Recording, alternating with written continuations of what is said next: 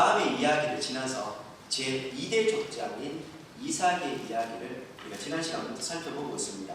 지난 시간에는 아브라함의 죽음과 장래에 관한 이야기, 완전히 이제 아브라함의 세대가 1세대가 아닌 것이죠. 그리고 이제 오늘 본격적으로 이삭의 이야기가 시작이 되고 있습니다. 읽으신 대로 그 유명한 이삭이 이제 에서과 야곱, 야곱과 에서를 출생하는 두 아들을 얻는 이야기입니다.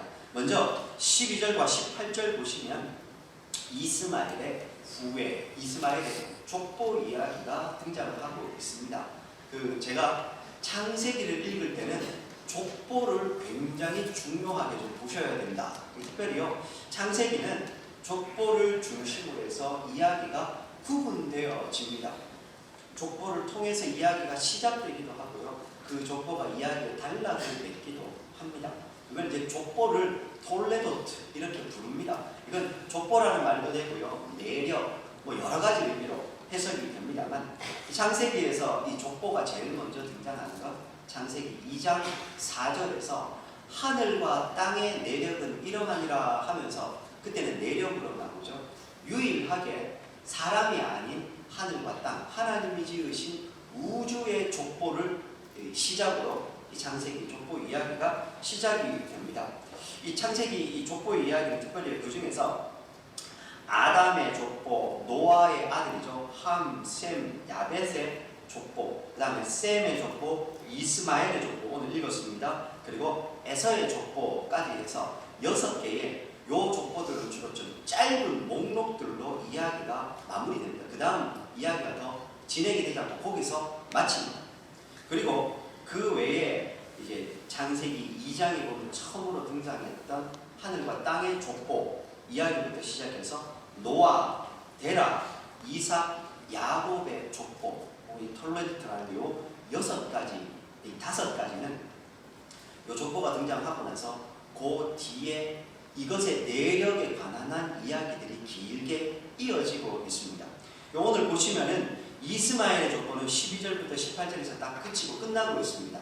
그러니까 제가 다시 설명을 드리겠습니다만, 요건 이스마엘은 아브라함의 아들, 그 아들 이야기로 끝나고 있고, 그리고 19절부터 26절까지 해서 이제요, 그 이삭의 이야기로 이어지면서 그 일종의 이삭의 톨레도트라고 해야 되겠죠. 이제 이삭의 이야기를 본격적으로 시작해 가는 겁니다. 이삭이 그 이전에도 이야기가 나왔었습니다. 근데 여기서 다시 에서와 야곱 탄생 이야기를 하면서 이삭의 족보 이야기를 시작하면서 이삭의 이야기를 시작 이렇게 하고 있는 것이죠.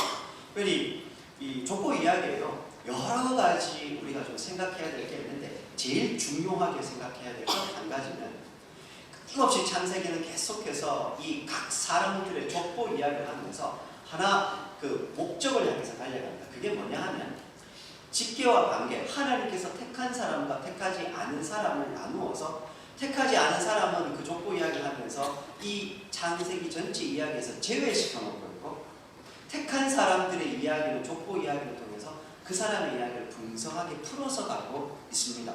오늘 같으면 이 이스마엘의 이야기는, 족보는 요걸로 해서 이스마엘은 이제 역사에서, 창세기에서 중간중간에 등장하지만 이스마엘은 이제 사라집니다. 대신에 이삭을 등장시키고 이삭의 족보를 통해서 이삭의 이야기는 이제 이어가는 구조로 진행이 된다는 말입니다.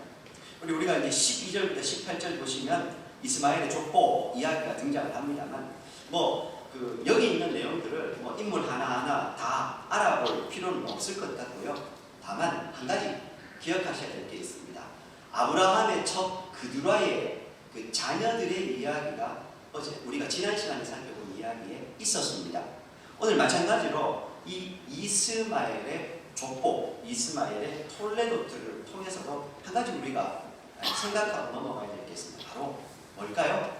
하나님께서는 아브라함에게 주신 언약, 네가 큰 민족을 이루고 열국의 아비가 될 거라고 하는 아브라함에게 주신 그 언약을 하나님은 신실하게 지켜가고 계신다는 말입니다. 이스마엘의 이 족보를 통해서도 또 보여주시는 겁니다. 이스마엘 또한 아브라함의 후손이었고, 그를 통해서 여러 민족을 이룰 때 한 민족을 이루게 하십니다. 특별히 이 이스마엘 같은 경우는요, 그 16절에 보시면은 이스마엘이 몇 지파를 이루게 됩니까? 12 지도자들, 12지파를 이루는, 거의 이스라엘처럼 12지파를 이루는 큰 민족을 이루어가게 하시는 겁니다. 하나님께서 이스마엘도 번성하게 하시고 그 번성함의 이유는 아브라함에게 주신 언약이라는 겁니다. 근데 이 이스마엘의 번성은 단지 아브라함의 언약만은 아니죠. 자막입니다. 창세기 16장 하갈의 이야기 기억하실 겁니다. 부엘라 헤로이, 나에게 나타나신 살아계신 이의 꿈을, 우리가 좀 편하게 좀 이해를 하면, 살아계셔서 나를 지키고 살펴보시는 그런 하나님의 우물이다, 이렇게 했던 부엘라 헤로이 이야기 아실 겁니다. 거기에 보시면 여호와의 사자가 그 하갈에게 말합니다. 네 여주인 사라에게로 돌아가서 그 수와에 복종하라. 여호와의 사자가 또 이렇게 이야기합니다. 내가 너의 씨를 크게 번성하게 하여 그 수가 많아 셀 수 없게 하리라. 여호와의 사자가 또 네가 임신하였은즉 아들을 낳으리니 그 이름을 이스마엘이라 하라. 하나님께서요 하갈에게 약속을 주신 겁니다. 그리고 그 하갈에게 주신 약속이 오늘 우리가 읽은 12절에서 18절 이 족보 가운데 아름답게 성취가 되고 있는 겁니다. 하나님 여러분, 사실 이 하갈은요 하나님의 구속사라는 큰 맥락에서 보면 아브라함의 첩이었습니다. 보통 첩은 잘 기록하지 않고 잊혀져 버리지 않습니까? 실제로 하갈이 이후에 계속 등장하느냐, 그렇지가 않습니다. 잊혀져도 아무런 그게 없고, 우리가 기억하는 우리나라의 역사도 그렇고, 역사 속에서요 별로 기억을 하지 않는 사람들 중에 하갈이라는 인물도 있을 겁니다. 많은 하나님께서는 어찌 보면 하나님 당신이 이루어가는 구속사에서 크게 중요하지 않게 여겨지는 이 여인 하갈에게 주신 언약조차도 변함없이 기억하시고 변함없이 오늘 본문에서 이렇게 다 이루어 가신다는 사실, 우리가 이것은 좀 기억할 필요가 있을 것 같습니다. 언약의 대상이 누구인지가 중요한 게 아니고 언약을 하신 하나님이 누구이신지가 중요한 겁니다. 하나님 여러분, 사실 제가 신앙생활을 이 목회를 하면서요 그런 이야기를 참 많이 듣습니다. 특별히 예전에 어르신들을 섬기면서 심심찮게 들었던 이야기 중에 하나가요. 교회에 오래 다니신 어르신들 보면요, 젊은 한 시절에는 잘 나가던 때가 있었습니다. 그리고요 돈도 잘 벌고 힘도 있었고, 그러다 보니까요 교회에 이런 충성 저런 충성 교회의 거의 모든 일을 다 도맡아 하셨던 그런 시절이 있었습니다. 힘있게 섬겼고 신나게 섬겼다, 이렇게 표현을 하시는데, 이분들이요 이제 연세가 되셨지 않습니까? 그러니 이제 예전처럼 그렇게 힘도 없습니다. 능력도 없습니다. 그러니까요 예전처럼 그렇게 교회에 섬길 수도 없고 이제 젊은 세대에게 자연스럽게 넘어갔습니다. 근데 그런 분들이 하시는 이야기 중에 하나는요, 마치 본인의 능력이 그렇게 사라지고 그렇게 예전처럼 할 수 없으니까 하나님께서 자기를 잘 덜 사랑하시는 것 같고, 쉽게 얘기하면 하나님 앞에 인정 못 받는 것 같은 그런 느낌이 드시는가 봅니다. 그런 이야기를 종종 하셨습니다. 결론부터 말씀드리면 틀린 생각입니다. 성경적이지 않은 생각입니다.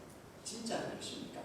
우리는 내가 가지고 있는 것이 무엇인지, 세상적으로 사람들이 일반적으로 생각하는 힘있고 능력이 있어야 하나님이 그 사람을 통해서 큰 일을 하실 것 같고, 하나님이 그 사람을 통해서 뭔가 이 대단한 일을 이루어 가실 것 같고, 그렇게 생각을 하는 것이죠.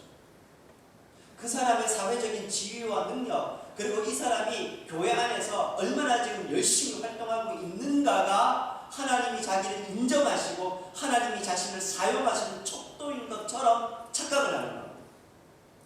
하나님이 뭐가 답답해서 그 사람이 가지고 있는 재력이나 재능을 하나님이 그걸 부러워서 그걸로 사용하시겠습니까? 절대로 잊어버리시면 안 되는 게, 하나님은 사람이 없어도요 저 바깥에 있는 돌들로도 찬양을 받으시는 분이 하나님이십니다.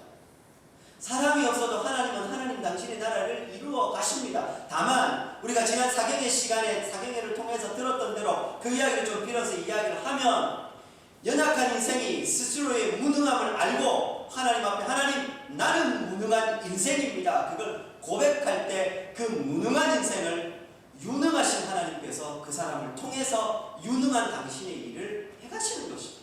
그렇지 않습니까? 하나님이여 우리가 가진 게 뭐 그렇게 대단하다고 그걸 가지고 하나님께서 그 사람을 통해서 능력이 많은 사람은 더 크게 일하고 능력이 없는 사람은 작게 일하시겠습니까? 그 재능은 하나님이 주신 것 아니었습니까? 그렇지 않습니까? 옛날에 내가 힘있게 교회를 섬겼다. 내가 그때는 헌금도 많이 했고 힘이 있어서 이렇게 저렇게 많이 섬겼다. 예, 그때도 하나님께서 주신 능력이 있어서 힘껏 섬기셨습니다. 지금은 힘이 없어서 아무것도 못하고 섬기는 게 없다고요? 아니요. 지금은 다만 그때와 상황이 달라져서 그때는 힘으로 섬겼다면 지금은 경험으로 기도하는 것으로 섬기는 겁니다. 그때는 직접 나섰다면 지금은 뒤에서 격려하면서 지금은 뒤에서 이거 이렇게 하는 게 더 좋겠다 조언하면서 그렇게 섬기는 겁니다.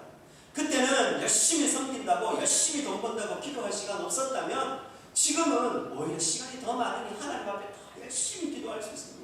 그때는 젊어서 아직 보이지 않았던 교회의 갖가지 이 여러 가지 문제들이 지금은 경험이 쌓여서 더 잘 보이니까 더 많이 기도하고 더 많이 섬길 수 있고 더 많이 안아줄 수 있는 겁니다. 중요한 건 그 사람이 누구인가, 하나님의 약속을 받은 대상이 누구인가가 아니고 하나님은 그걸 보시는 게 아니고 약속을 하신 하나님 당신이 그 일을 이루어 가실 뿐입니다. 그럼 성도가 해야 될 일이 뭘까요? 약속을 잊어버리지 않는 겁니다. 변함없이 하나님이 하나님 되심을 믿고 그 하나님을 끝까지 신뢰하며 그 하나님과 동행하여 살아가는 것입니다. 사랑하는 여러분, 하갈은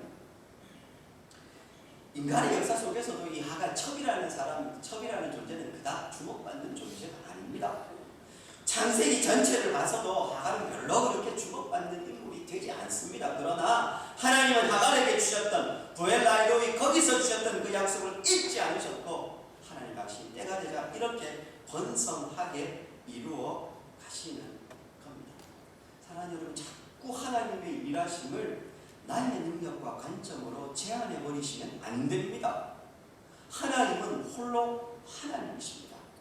하나님의 일하심은 어떤 외부적인 영향이나 조건에 좌우되지 않습니다. 우리가 이걸 잊어버리면 안 됩니다.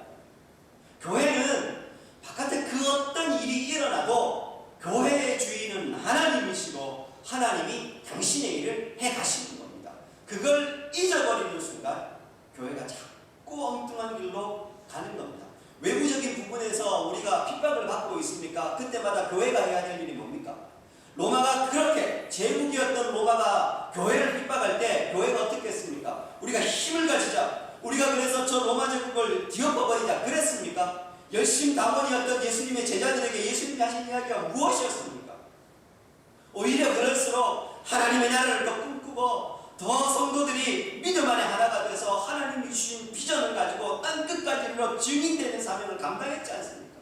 이걸 잊어버리는 순간 교회는 하나님의 나라를 추구하는 게 아니라 세상 속에서 그릇된 나라로 가게 되는 겁니다. 길을 잃어버리게 되는 겁니다. 사랑하는 여러분, 하나님의 일하시는 외부적인 조건에 영향 안 받습니다. 하나님이 그런 것에 흔들리시는 분이 아니지 않습니까? 오늘 하갈의 이야기도 그런 측면에서 하갈과 이스마엘 후예들의 이야기도 다시 좀 기억해야 될 것 같습니다. 하나님은 기억하셨고 그래서 이렇게 번성하게 민족을 이루어가십니다. 이어서 19절부터 26절 이제 이삭의 족보 이야기 그러면서 에서와 야곱과 에서의 탄생 이야기가 나옵니다. 제가 자꾸 에서와 야곱과 에서 이렇게 같이 이야기를 하죠. 장자는 에서였습니다. 그러나 장자권은 야곱이 나중에 가지게 되기 때문에 하나님께서 주권적으로 선택하신 사람은 야곱이었기 때문에 야곱이 먼저 자꾸 등장을 해서 같이 부르고 있는 겁니다. 본문을 좀 보시겠습니다. 19절 아브라함의 아들 이삭의 족보는 이러하니라 라고 이삭의 족보가 시작됩니다. 아브라함이 이삭을 낳았고 당연한 이야기죠. 이미 앞에 했던 이야기입니다. 근데 여기 다시 시작합니다. 그래서 창세기는 족보의 이야기로 구분이 된다. 그 말씀을 드렸습니다. 20절 이삭은 40세의 리브가와 결혼을 합니다. 우리 다 알고 있는 이야기입니다. 그런데 여기서 리브가를 소개하는데요. 리브가는 밧단 아람 족속 중 부두엘의 딸 아람 족속 중 라반의 누이였다. 왜 이렇게 길게 설명할까요? 자막입니다. 사랑하는 여러분, 이 밧단 아람을 제가 하란으로 바꾸어서 그 사진을 좀 띄워주시겠습니까? 제가 바꾸어서 불렀는데 기억하시는지 모르겠습니다. 이 밧단 아람은요, 오늘날에 저쪽 그 지도 혹시 주의되시겠습니까? 예, 보셔서 알겠지만 제일 아래쪽이 가나안 땅입니다. 저 위쪽에 보시면 밧단 아람 지역이 있고 거기에 있는 고대 도시 중에 하나가 하란이었습니다. 여기가 어디였을까요? 아브라함 가문의 발생지였습니다. 리브가를 소개할 때 밧단 아람의 라반의 누이였고 부두엘의 딸이었고 이 얘기를 왜 할까요? 이스마엘은 저 창세기 앞부분에 보면 이스마엘은 결혼을 애굽 여인과 합니다. 이삭은 아브라함의 혈족이었던 리브가와 결혼을 합니다. 순수한 언약의 자손임을 성경이 강조해서 표현하고 있는 겁니다. 이삭과 리브가가 하나님의 언약 계승에 합당한 이들임을 한 번 더 확인시켜주고 있는 것이죠. 이어서 21절 보십시오. 이삭이 그의 아내가 임신하지 못해서 하나님께 간구했고 하나님께서 그 간구 들으셔서 리브가가 임신합니다. 그런데 22절 그 아들들이 태 속에서 서로 싸우고 있습니다. 서로 싸우다라는 이 말이요, 그들이 서로 밀치다 이런 의미거든요. 두 아이가 있는데요, 이 태중에서 서로 밀치다는 말이 뭘까요? 무언가 뱃속에서 불안정한 상황에서 태아가 계속 요동을 쳤다는 이야기 아닐까요? 예, 그렇습니다. 그런 상황에서 23절 걱정스러워서 하나님께 묻습니다. 두 국민이 네 태중에 있구나. 두 민족이 네 복중에서부터 나누이고 이 족속이 저 족속보다 강하겠고 큰 자가 어린 자를 섬기리라. 이 뭔가 좀 불안하고 그래서 리브가가 하나님 앞에 물었더니만요, 하나님의 이 대답이 참 심상치가 않습니다. 리브가야, 이삭아, 너의 그 태중에 두 국민, 두 민족이 있는데 두 아이가 태중에서부터 나누게 된다. 뭐 당연하죠. 쌍둥이로 태어날 거니까요. 나누게 되는데 이 족속이 저 족속보다 강하겠고 큰 자가 작은 자를, 어린 자를 섬기게 될 것이다 라고 합니다. 우리는 이 이야기를 이미 다 알고 있습니다. 이 족속이 저 족속보다 강하고 큰 자가 어린 자를 섬길 것이다. 에서의 장자인 에서가 야곱을 섬기게 되고 야곱이 하나님이 택하는 이 사람이 될 거다라는 이야기랍니다. 특별히요, 여기 섬기다라고 할 때 아바드라는 동사를 쓰는데요, 이게 그냥 알고 오셨습니까? 이 정도가 아니고요, 노예로 섬기다 이런 의미입니다. 그리고 이 동사는 완료 형태를 취하고 있습니다. 일시적으로 한 번만이 아니고요, 계속해서 그렇게 섬기게 될 것이다, 그렇게 이야기합니다. 우리가 앞으로 이제 에서와 야곱과 에서 이야기를 통해서 계속해서 살펴보게 되겠지만 이 에서와 야곱이 이루는 민족이 있죠. 에서는 에돔 민족을 이루고 야곱은 말 그대로 이스라엘을 이루어서요, 이 두 민족이 계속해서 반목과 갈등을 거듭하게 됩니다. 그리고 에서와 야곱 이야기에서도 우리가 잘 아는 대로 장자권 이야기라든지 에서가 야곱을 죽이려고 하는 이야기라든지 그 이야기를 앞으로 우리가 계속해서 보게 될 겁니다. 그래요, 성경 속에서 몇 가지만 좀 에서와 야곱 이야기 말고 큰 자가 작은 자를 섬기게 될 거라는 말, 이 부분을 좀 역사적으로 이게 이루어지게 되는데요. 출애굽기 15장 15절입니다. 자막입니다. 에돔 두령들이 놀라고 모압 영웅들이 들림에 잡히며 가나안 주민들이 다 낙담하나이다. 그래서요, 이 출애굽기의 이야기죠. 이스라엘 백성에 의해서 에돔 두령, 이 에돔이 에서의 후손들이었습니다. 그들이 이 이스라엘에 의해서 지배되는 것. 보다 구체적인 건요, 사무엘하 8장 13절과 14절에 보면 이 다윗의 때에 이런 일이 있습니다. 제가 읽어드리겠습니다. 다윗이 소금 골짜기에서 에돔 사람 18,000명을 쳐 죽였고 돌아와서 명성을 떨쳤고 다윗이 에돔 에돔의 수비대를 두되 온 에돔의 수비대를 두니 에돔 사람이 다 다윗의 종이 되니라. 하나님이 오늘 이야기하시는 이야기가요, 역사적으로 이스라엘의 역사 가운데 이렇게 성취가 됩니다. 그리고 또 하나, 다윗은요, 이 에서와 야곱과 에서가 뒤바뀌게 되고 야곱을 하나님이 택하시는 이 이야기로 하나님의 주권적 선택 교리를 이렇게 설명을 합니다. 로마서 9장입니다. 자막입니다. 이제 나중에 야곱과 에서 이야기를 하면서 다시 이야기를 할 거니까요, 그냥 한번 읽어드리겠습니다. 로마서 9장을 쭉 한번 잘 따라와 보십시오. 이렇게 되어 있습니다. 그뿐 아니라 또한 리브가가 우리 조상 이삭 한 사람으로 말미암아 임신하였는데, 오늘 이야기죠. 자, 들어보십시오. 그 자식들이 아직 나지도 아니하고 무슨 선이나 악을 행하지도 아니한 때에 택하심을 따라 되는 하나님의 뜻이 행위로 말미암지 않고 오직 부르시는 이 하나님으로 말미암아 서게 하려 하사, 그 다음에 리브가에게 이르시되 큰 자가 어린 자를 섬기리라 하셨나니 기록된 바 내가 야곱은 사랑하고 에서는 미워하였다 하심과 같다. 그런즉 이 야곱과 에서와 야곱 이야기를 통해서 우리가 무슨 말을 하겠느냐? 하나님께 불의가 있느냐? 하나님이 이거 잘못하신 거냐? 그럴 수 없느니라. 모세에게 이르시되 내가 긍휼히 여길 자 긍휼히 여기고 불쌍히 여길 자 불쌍히 여기라 하셨나니 그런즉 원하는 자로 말미암은가? 아니요. 다른 박제하는 자로 말미암은가? 아니요. 오직 긍휼히 여기시는 하나님으로 말미암습니다. 우리의 구원은 우리의 행위, 다른 박질이나 우리가 열심히 원하는 무언가로 이루어지는 것이 아니라 오직 하나님의 무조건적인 은혜 가운데 선택으로 이루어진 것임을 바울이 로마서에서 이 이야기를 가지고 가서 하고 있습니다. 같은 이야기를요, 에베소서에는 이렇게도 설명을 합니다. 에베소서 1장 4절부터 6절인데요. 곧 창세전에 그리스도 안에서 우리를 택하사, 야곱을 택하신 것처럼 창세전에 우리를 택하사 우리로 사랑 안에서 그 앞에 거룩하고 흠이 없게 하시려고 그 기쁘신 뜻대로 우리를 예정하사 예수 그리스도로 말미암아 자기의 아들들이 되게 하셨으니 이는 그가 사랑하시는 자 안에서 우리에게 거저 주시는 바 그의 은혜의 영광을 찬송하게 하는 것이다. 우리가 받은 구원은 내 노력이나 내 힘으로 이루어진 게 아니라는 말입니다. 열심히 가서 빌었더니 하나님이 그 정성을 보시고 받으셨다, 아니라는 말입니다. 하나님이 이미 창세 전에 우리를 택하셨고 하나님의 기쁘신 뜻 따라 불러주셨습니다. 그러니 우리가 하나님 앞에 해야 될 것은 오직 감사와 찬양밖에 없는 것입니다.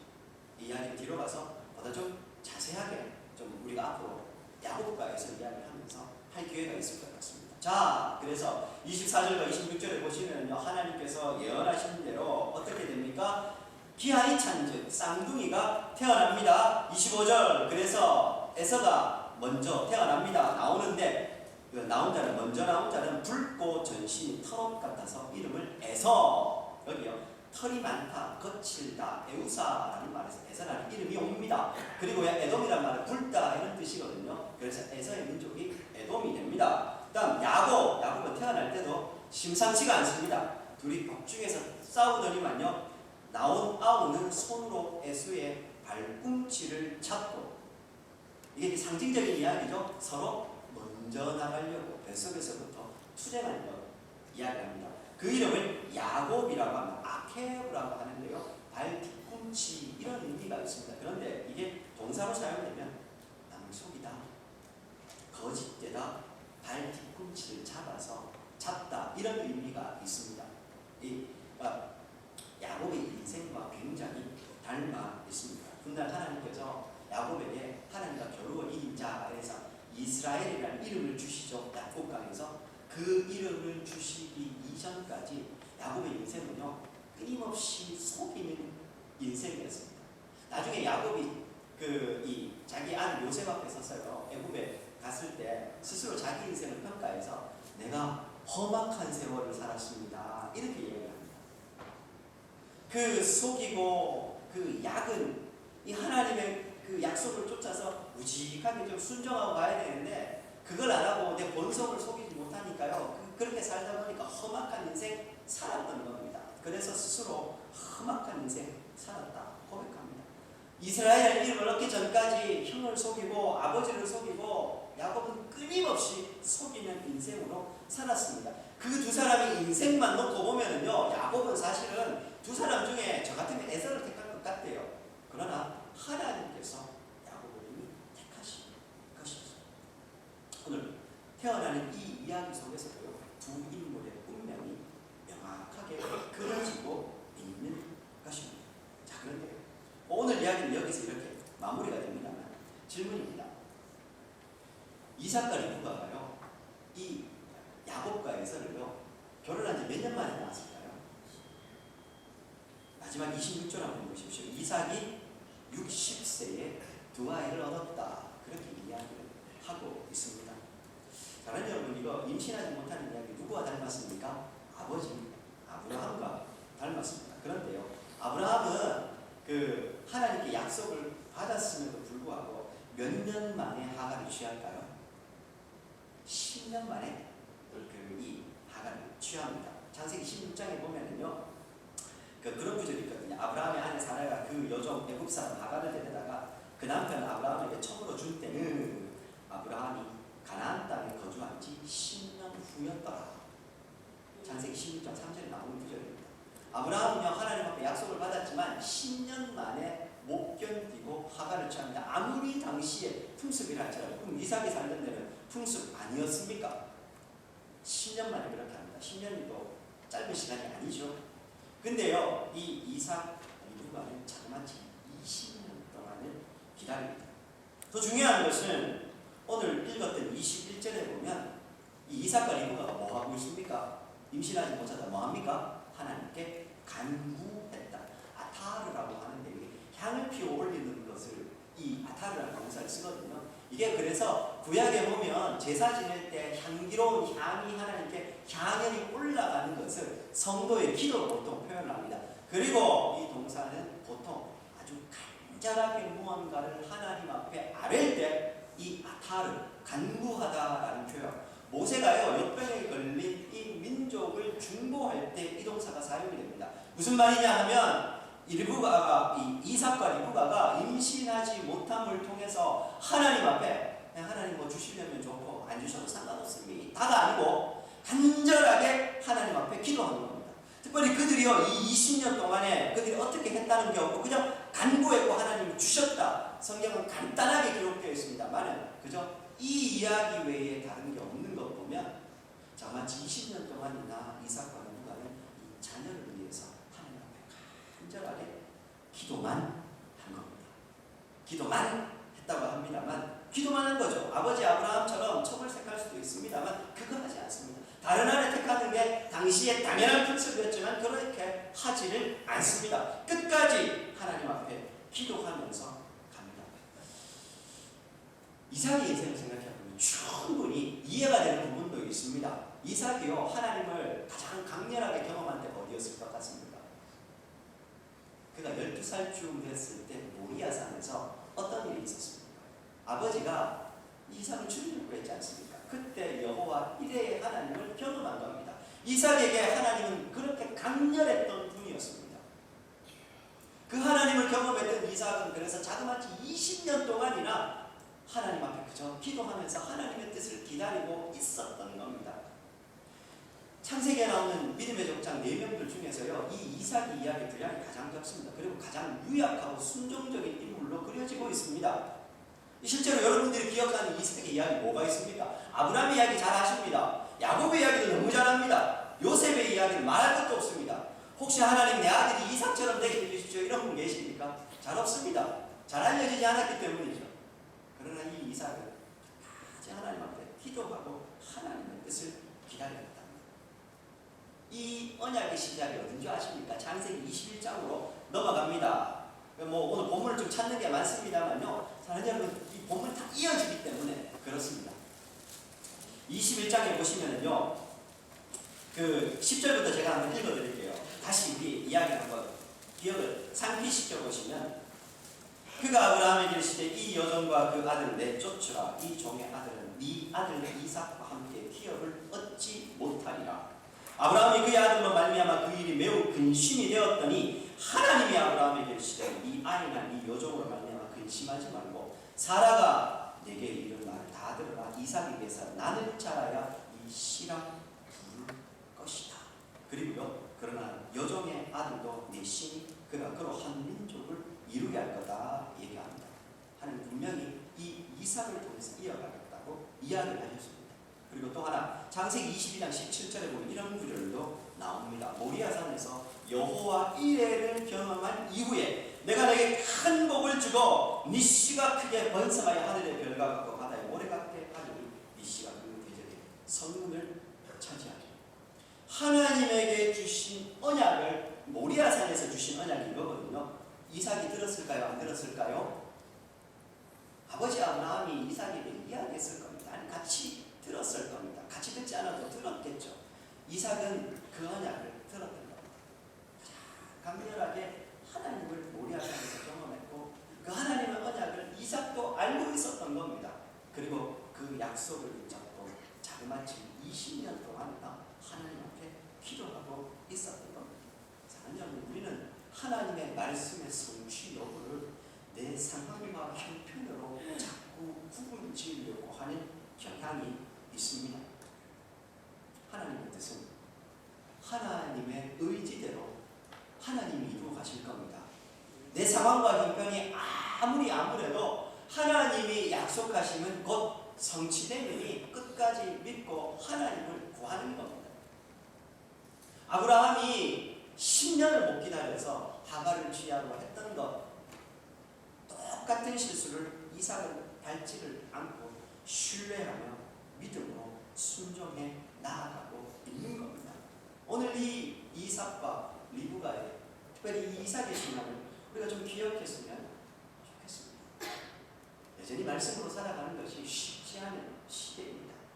그러나 그렇기 때문에 더욱 우리가 믿음을 가지고 말씀이 한 구절만 한번 붙잡고 우리의 삶을 한번 걸어볼 만한 시대라고 저는 생각합니다. 그렇기 때문에 우리의 믿음이 참되냐 그렇지 않냐, 진실인가 아닌가가 더 선명하게 드러나는 시대라고 생각합니다. 그렇기 때문에 교회가 참되게 하나님을 붙잡고 있는가 그렇지 않는가가 더 선명하게 드러나는 시대를 우리가 살아가고 있다고 생각합니다. 말씀을 듣겠습니다. 요즘 새벽에 우리가 창세기 이 앞부분을 살펴보고 있습니다. 특별히요, 요즘 새벽에 이제 노아의 이야기를 살펴보고 있습니다. 노아의 이야기에서 제가 하나님께서 노아를 가장 귀하게 보셨던 건 뭐라고 했습니까? 순종. 그 하나님께서요, 노아에게 이런저런 이야기를, 명령을 많이 하십니다. 그 중에서요, 우리는 그냥 하나님께서 노아에게 방주를 만들어라, 그리고 큰 설교도만 얘기해 줍니다. 그것도 세세하게 이야기 안 합니다. 레위기에 보면은요, 하나님께서 하신 모세명의 성막의 구조도가요, 아주 하나까지 다 나오거든요. 그런데 이 노아의 방주를 지을 때 하나님이 그냥 지어라 그러면서 큰 것만 이야기를 해주세요. 그리고 이 바보 같은 남자 노아는요, 그리고 그냥 그것만 해요. 거기에 그가 노아가 선박에 대한 지식이 있었다 없었다, 그가 그 방주에 동물이 들어와야 되는데 동물학에 대한 지식이 있었다 없었다, 그런 이야기 자체가 등장하지 않습니다. 하나님이 명령하셨고 노아는 그대로 다 준행했다. 자막입니다. 창세기 6장 22절 이렇게 나옵니다. 노아가 그와 같이 하여 하나님이 자기에게 명하신 대로 다 준행하였더니, 이 노아의 순종의 절정이요, 창세기 8장에 나옵니다. 노아의 방주가 들어간 다음에요, 홍수가 덮이고, 그리고 그 홍수가 다 가라앉아서 이제 방주 문을 열고 나와야 될 때가 되는데, 그때 8장 제가 읽어드릴게요. 601년 첫째 달 곧 그 달 초하룻날에 땅 위에서 물이 거쳤고 노아가 방주 뚜껑을 제치고 본즉 지면에서 물이 거쳤더니 둘째 달 21날에 땅이 말랐더라. 뚜껑을 열고 봤습니다. 땅이 말랐습니다. 그럼 뭐 해야 될까요? 장장 1년 동안 있었습니다. 문 열고 나와야 되지 않겠습니까? 아니요. 다음 보십시오. 15절. 하나님이 노아에게 말씀하여 이르시되 너는 네 아내와 네 아들들과 네 며느리들과 함께 방주에서 나오고. 하나님이요, 명령을 하셔야 이 방주에서 나오는 노아의 모습이 그려지고 있습니다. 당연하죠 라고 하실 수도 있지만 있지만 이 창세기 앞부분에서 계속해서 죄송합니다. 죄송합니다.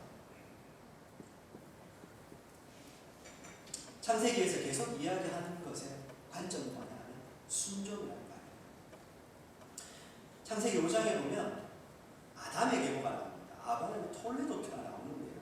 그 아담의 족보 중에서 에녹이라는 인물이 등장을 합니다. 에녹 아시죠? 우리가 기억하는 에녹은 어떤 사람입니까? 죽지 않고 하나님이 데려가신 사람. 근데 창세기에 나오는 족보는요, 신학적인 족보이기 때문에 모든 족보에 있는 태어난 사람들을 다 기록하는 게 아니고 의미 있는 사람들만 기록을 한 겁니다. 빠진 사람이 있다고요. 그러니 창세기에 나오는 족보에 나오는 그 나이들로 계산을 해가지고 그 거꾸로 계산을 해서 지구의 나이를 알려고 하는 것은 좀 어리석은 이야기입니다. 어쨌든 거기 보면 그 아담의 족보에서요, 아담부터 시작해서 7번째 등장을 하는 인물이 에녹입니다. 7이라는 숫자 기억하십시오. 이 에녹이요, 65세에 무드셀라를 낳고 300년 동안 하나님께 동행하고 365세에 하나님이 그를 불러가십니다. 365는 1년이 꽉 찬 숫자를 이야기합니다. 모든 것을 다 숫자로 볼 수는 없지만 이 유대인들은 게마트리아라고 해서요, 각 숫자에 대한 의미를 우리와 다르게 좀 가지고 있습니다. 그러니 이것이 문맥 안에서 의미 있게 다가올 때가 있다고요. 아담의 계보에 첫 번째 보면 아담도 얼마를 살고 죽었고 쭉 해가지고 다 죽었고 나옵니다. 즉 타락한 이후 아담의 후손들은 다 죽을 수밖에 없었는데 7번째 365년을 살았던 에녹은 하나님과 동행했기 때문에, 그래서요 그 에녹에 대해서 무드셀라를 낳은 후 300년을 하나님과 동행하며 자녀들을 낳았다 이렇게 얘기하거든요. 동행하다라고 이야기를 하고 있습니다. 그리고 그는 죽지 않고 하나님이 데려가십니다. 이 족보를 통해서 하고 싶은 이야기가 뭐냐 하면, 이 땅에 아담의 후손들은 죄로 인해서 죽을 수밖에 없는데 아담의 후손이 살 수 있는 길이 하나 있습니다. 뭡니까? 하나님과 동행하는 것, 하나님의 말씀에 순종하는 것. 첫 번째 아담과 하와의 죄가 어떻게 시작이 됩니까?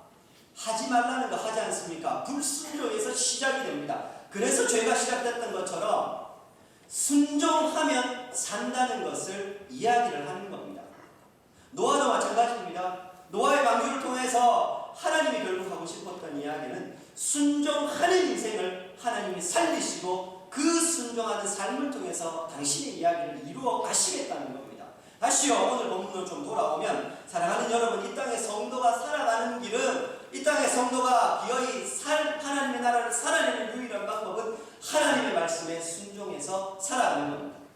오늘 이 이삭과 리브가의 이야기에서 우리가 좀 비추어 보면, 하나님께서 우리에게 말씀하신 것이 있으면 내 눈앞에 펼쳐지는 현실이 아무리 이것과 다르게 펼쳐지는 것 같아도 상황을 보고 따라가면 안 되고 하나님을 보고 믿음으로 결단하고 따라가고 나아가는 겁니다. 그러면 보잘것없는 한 여인 하갈에게 주신 언약도 이루어졌던 하나님은 하나님을 순종하는 인생 우리를 통해서 당신의 역사를 이루어 가시는 분이시다. 우리가 그것을 기억해야 하는 것입니다. 연초입니다. 그리고 교회가 어떻게 써야 될지가 참 고민이 많은 시대를 살아가고 있습니다. 사랑하는 여러분, 그럴수록 더 우리가 집중하고 주목해야 되는 것은 하나님의 말씀이요, 오늘 내게 주신 하나님의 언약, 오늘 우리 교회에게 하나님이 주신 이 언약의 말씀을 붙잡고 그 믿음의 길을 흔들림 없이 올곧게 걸어가는 것일 겁니다. 순종하며 나아갈 때 순종하는 그런 사람들, 순종하는 교회를 통해서 하나님은 당신의 나라, 당신의 역사를 이루어 가실 것입니다. 그렇게 순종하여 살아가는 저 성도님들, 우리 교회 되기를 주의 이름으로 축원드립니다.